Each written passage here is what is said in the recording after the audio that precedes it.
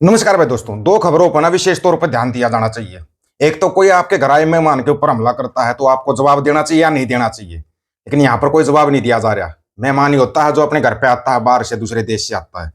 लेकिन सेना के, नेवी के जब पूर्व जनरल साहब का बयान सुनो। अमेरिका ने बिना सूचना के युद्ध को भारतीय सीमाओं तक पहुंचा दिया, सरकार को नाराजगी दिखानी चाहिए। पूर्व एडमिरल वरुण प्रकाश बयान दे रहे हैं, कोई नाराजगी नहीं दिखाएंगे नहीं तो फाइलें खुल जाएंगी। फिर क्या करोगे? फाइलें खुलवाना चाहते हो आप मोगली की? दूसरी तरफ एक वो नैन्सी ग्रेवाल का केस चलाया जा रहा है, उसमें झूठे वीडियो चलाए जा रहे हैं। उसके पिछले 6 दिनों के वीडियो चलाओ, नैन्सी ग्रेवाल के जो पिछले 6 दिनों में उसने वीडियो बनाए थे ना, वो वीडियो चलाओ। उसको डेरे वालों ने धमकी भी दी थी, सिरसा के डेरे वालों ने उसको धमकी भी दी थी, लेकिन वो उस पर चलाया क्या जा रहा है? ये देखो जी, खालिस्तानियों के खिलाफ बोलती थी इसलिए इसकी हत्या हुई है। नहीं, डेरे वालों ने उसको चेतावनी भी दी थी, धमकियां भी दी थी। वो वीडियो क्यों नहीं चलाते पिछले 5 दिनों के, जिसमें कि वो बोल रही है, क्या बोल रही है, ऐसे शब्दों का इस्तेमाल किया था उसने और उसको चेतावनी दी गई थी सिरसा डेरे वालों की तरफ से। उसके शब्द क्या थे?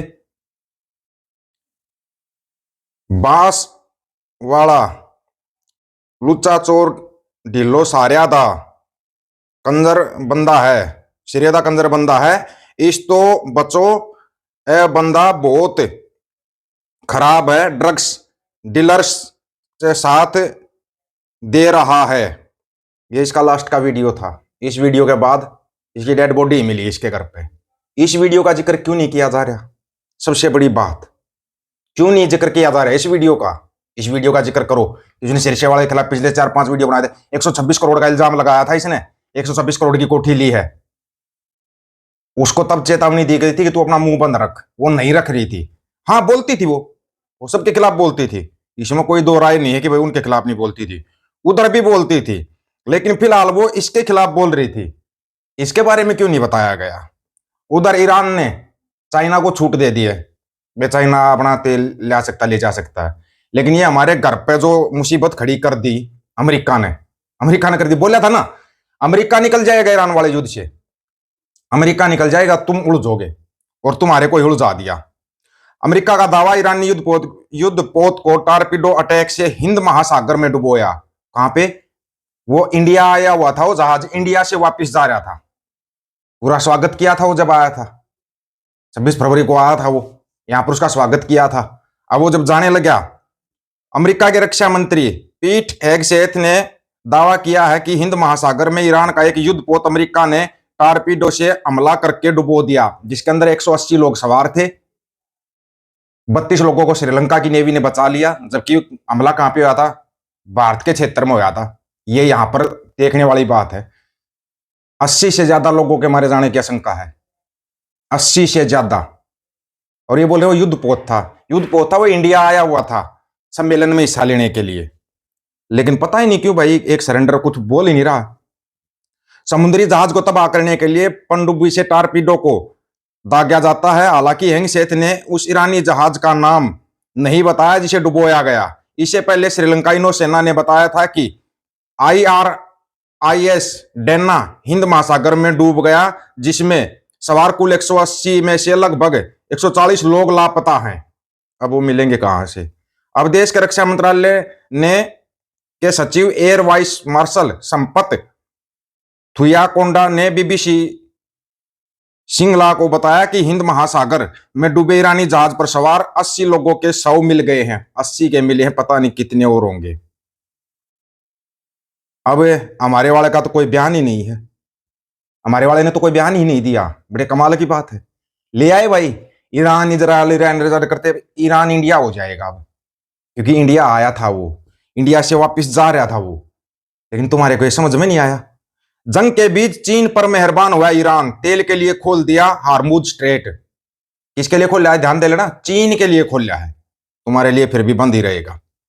मध्य पूर्व में जारी युद्ध और तनाव के बीच एक चौंकाने वाली खबर सामने आई। ईरान ने हार्मुज जल डमरू मध्य को लेकर बड़ा फैसला लिया है। तेहरान ने घोषणा की है कि अब केवल चीनी जहाजों को ही इस महत्वपूर्ण जलमार्ग से जाने दिया जाएगा। सिर्फ चीनी जहाजों को महत्वपूर्ण जलमार्ग से गुजरने की अनुमति दी जाएगी। ईरान ने बीजिंग के मजबूत समर्थन और युद्ध के दौरान उसके साथ खड़े रहने के लिए आभार जताते हुए यह कदम उठाया है। अपने वाले कहाँ है भाई? अपने वाले अंदर यहां ईरानी रिवोल्यूशनरी गार्ड से आईआरजीसी के अधिकारियों ने स्पष्ट कर दिया है कि अन्य देशों के जहाजों, खासकर पश्चिमी और उनके सहयोगी देशों के टैंकरों को इस रास्ते से गुजरने नहीं देंगे दिया जाएगा। उल्लंघन करने वाले जहाजों को निशाना बनाया जा सकता है। ईरान की इस फैसले से भारत को बड़ा झटका लगा है, क्योंकि भारत अपनी काफी तेल जरूरतें खाड़ी देशों से हॉर्मुज स्ट्रेट के रास्ते ही पूरी करता है। वैश्विक स्तर पर तेल की आपूर्ति में 20% से ज्यादा हिस्सा इसी संकरे रास्ते से आता है। तुम्हारे को नहीं गुजरने दिया जाएगा। चीन के लिए रास्ता खोल दिया गया। क्यों खोल दिया गया? और हाँ, सिखों ने बोल दिया कि वो ईरान के साथ है। अभी तक आ रहे थे ना, बहुत सिखों के वीडियो आ रहे थे, ईरान, हम इजराइल के साथ है, हम अमेरिका के साथ है। ईरान के साथ खड़े हैं। दुनिया के 4 सबसे बड़े ताकतवर देश, एक तो ऐसा है केले के पास आधी दुनिया की सेना है, वो भी ईरान के साथ खड़ा हो गया। ये समझौता कर जाएगा? अमेरिका वाला समझौता कर जाएगा? ये तेज है ये। और ये तुम्हारे को भी सिर्फ पावर ऑफ अटॉर्नी देने की बात कर रहा है। जी हाँ, उसी स्थान के लिए जिसके लिए चला हुआ है। गुरु नानक भी तेहरान में गए और वहां सिख भी बहुत रहते हैं। हमें बड़ा खदशा है इस हालत में, जिस हालत में हुआ है। और मैं समझता हूँ कि ये हमारे लिए दुख की घड़ी है कि ईरान जैसे देश में, जो हमारा मित्रवत हो, हमारे बहुत नजदीक संबंध हो, मैं समझता हूँ कि ये हो जाना बहुत दर्दनाक है। क्यों? सिखों ने तो कर दिया ऐलान भाई। अब तुम्हारे वाला क्या कर रहा है उसको भी देखना जरूर। कैसी भी सिचुएशन हो, मोदी जी हमें घर ले आएंगे। और रुकवा दी पापा, और रुकवा दी पापा। वॉर शुरू करवा दी, प्याऊ प्याऊ। वॉर शुरू करवा दी, रुकवाई नहीं है। तू मैं चल रही थी ईरान की, इजराइल की, तू मैं चल रही थी। फिर वहां पर महामानव के कदम पड़े, तब जाके खोसड़ा पीट शुरू हुई है। महामानव ने वहां पे जाके कदम रखे, तब जाके मार पिटाई का प्रोग्राम उनका शुरू हुआ। नहीं तो तू मैं चल रही थी 1 महीने से। देख लो ना, जिस दिन कदम पड़े जैसे ही वापस आया, धूम धड़ाका शुरू हो गया। दिवाली शुरू करवा दी इसने। अब वो दिवाली हमारी तरफ आने जा रही है और दिवाला हमारा निकलने वाला है। वैसे तो निकल चुका है, मोटा मोटा तो निकल चुका है। कुर्सी है, नहीं बस की चीज है। इस अनपढ़ के पता नहीं कहां पे अंगूठे रखवा रखे हैं। कैसे बोल रहा है इजराइल का जनरल 140 करोड़ भारतीय हमारे गुलाम है। उसकी इतनी हिम्मत वो ऐसा बोल जाए।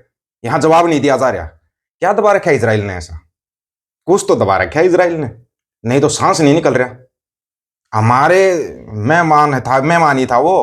हमारे देश में आया हुआ था, इंडिया आया हुआ था, इंडिया से वापस जा रहा था। इंडिया के ही क्षेत्र में उसके ऊपर जहाज को डुबो दिया और ऊपर से दावा कर रहे हमने डुबोया है। कोई शब्द निकला? 80 लोगों की डेथ के ऊपर कोई एक भी शब्द निकला? नहीं निकला और ना ही निकलेगा। शब्द निकलेगा एप्स्टीन फाइल खुल जाएगी। और जो ये दिखा रहे हैं ना नैन्सी ग्रेवाल का, एक बार चलाना भाई, वो वीडियो भी चला दो जो डेरे वाले के खिलाफ बोल रही थी और डेरे वाला ने उसको धमकी भी दी थी। वो वीडियो चलाओ एक बार। उन वीडियो को क्यों नहीं चलाया जा रहा? क्यों छुपाया जा रहा है? सच्चाई को छुपाओ और कुछ दिखाओ। सुना है अमृतसर साहिब में आज एक पाकिस्तानी एजेंट पकड़ा गया है। समझ रहे हो इशारा किस तरफ जा रहा है? लपेटेंगे तुम्हारे को युद्ध की तरफ, और सबसे पहले पंजाब को ही लपेटेंगे। आप लोगों की क्या राय है? अपनी राय रखना प्रयास रहेगा। सभी साथियों को राम राम, नमस्कार, आदाब, सत श्री अकाल। वीडियो को ज्यादा से ज्यादा शेयर, चैनल को सब्सक्राइब, बेल आइकन को जरूर दबाना दोस्तों। ऑफिशियल दीपक फौजी यूट्यूब चैनल बात आकर सच की करेंगे। अगर सच की बात हम करेंगे, वीडियो को शेयर करने की जिम्मेवारी आप लोगों की है। गज के आखो, वाहेगुरु जी का खालसा, वाहेगुरु जी की फतेह।